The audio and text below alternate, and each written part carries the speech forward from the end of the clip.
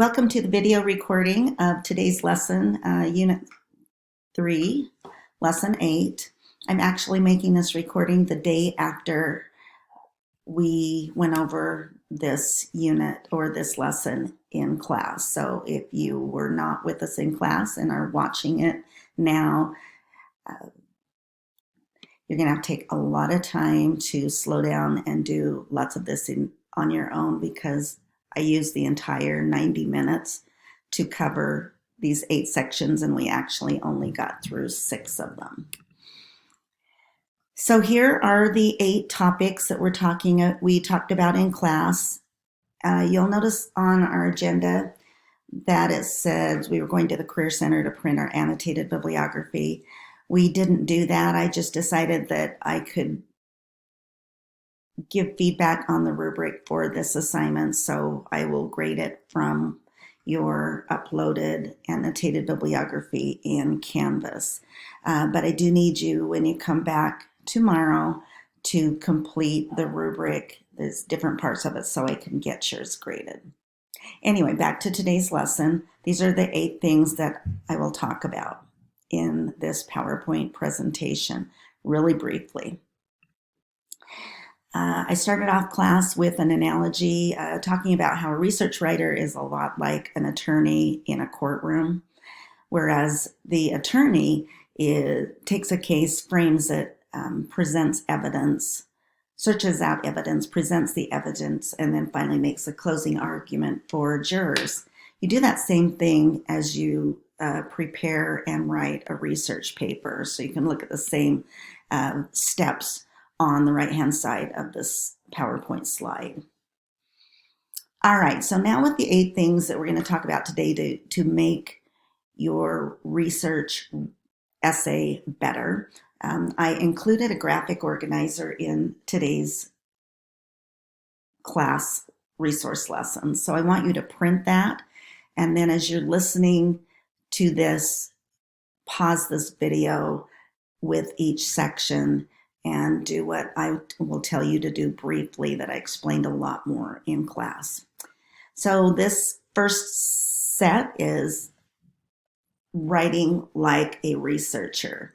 You'll notice on here that I have a bunch of words in red. We talked about how they relate to academic writing, and so would you make sure all of those are in your graphic organizer for the first one on your paper. For number 2, another part that to be a good researcher is to understand your role as a researcher and what you can and cannot do. Of course, plagiarism is a no-no at any level, but it is especially significant in a college classroom. So in our resources today, there is an article that was written by Wade Bentley, who's one of the teachers on SLIC's campus. I asked him if I could use this article in class. He entitles it Plagiarism 101. I'd like you to, in section number 2 of your graphic organizer, read his essay. It's very conversational, the way he presents it, and spend about 5 minutes reading it, and then in part of the box write down what you already knew that he tells you about plagiarisms and what you didn't know but now know. And so that goes in your graphic organizer. When you completed that once you complete the last activity, then what I did in class is talked about my expectations with plagiarism. I believe that there's 2 types of plagiarism, intentional and unintentional. Intentional is when we choose to use other people's work as our own, and that gets us into a lot of serious problems in college classes. Unintentional is when we are sloppy, when we don't follow citation manuals, when we don't look things up, when we don't prove our work, and actually when we make mistakes, whether it's in in-text citations or on a works cited page, it's considered plagiarism. So you don't want to do that. So the way I look at it, of course, you're going to lose points if you make errors with any of your in-text citations and on a works cited page. Those are considered unintentional plagiarism. So use your resources. You don't want a bad grade for those types of errors. There are some teachers that you'll run across in life that give your whole grade at the end on whether or not those in-text citations in your works cited perfect or not. I grade them. I'm not just that teacher, but you will run into them. So it's your responsibility to make sure they are all 100% correct.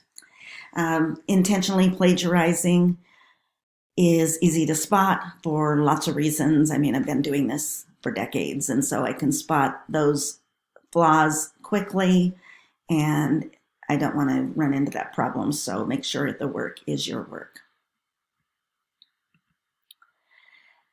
All right, the third section in your graphic organizer talks about synthesizing ideas by summarizing, quoting, or paraphrasing text. So for this exercise, there is a video done by BYU Idaho. I'd like you to watch the video and take notes on those 3 words and record them in section 3 of your handout. When you completed the video, you're going to do another part of section 3. Would you write the letters QQ, PP, and SS in that section? Make sure they're kind of big and spread apart. What the students did in class is open up a couple of their scholarly articles and actually look at how their writers summarized, quote, and paraphrased in their texts. And then they found examples, 2 examples of each one, and then pointed them out to me.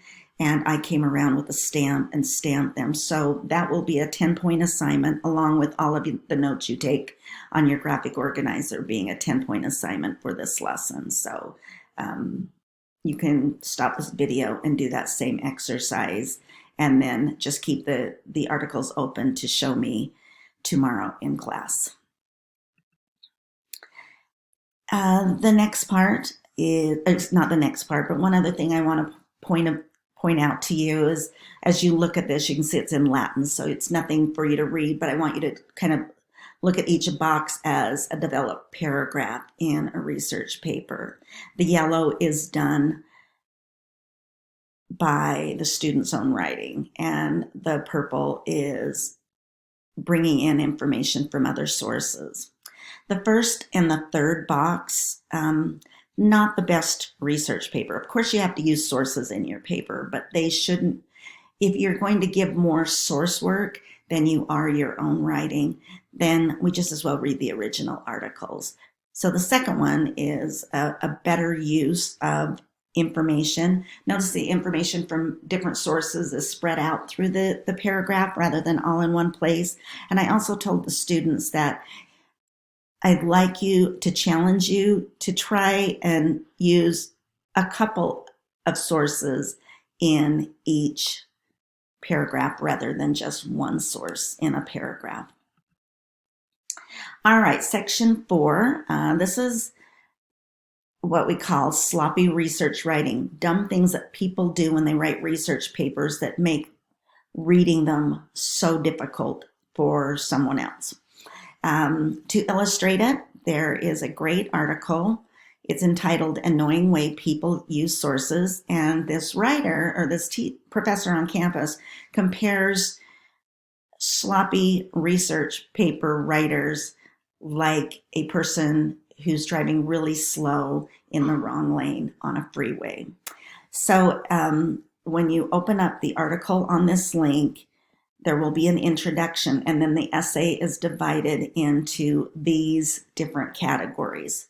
Like you'd write these different categories in this section of your graphic organizer, and then summarize what each of these things or metaphors for bad driving or bad situations that tie into bad situations as research writers. Section 5 talks about quoting correctly.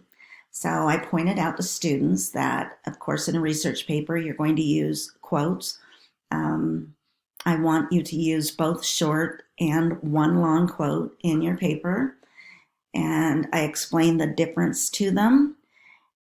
If you look at this handout, you will see the difference, copy the difference between them. I also explain how we use brackets and ellipses within quotes.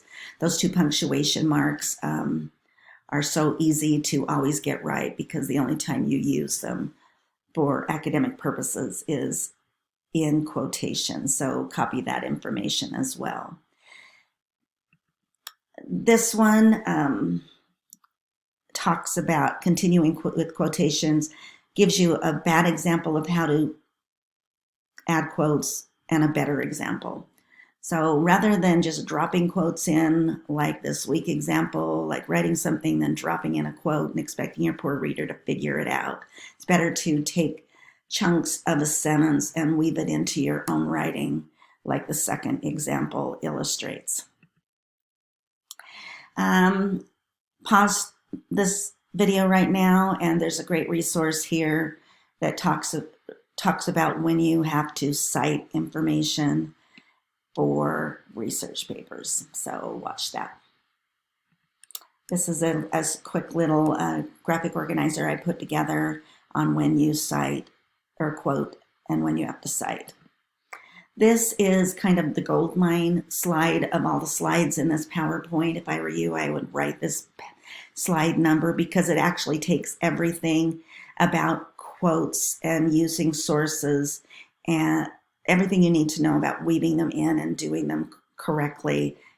I shoved it all into one slide. So you'll want to refer to this slide a lot when you're writing your paper.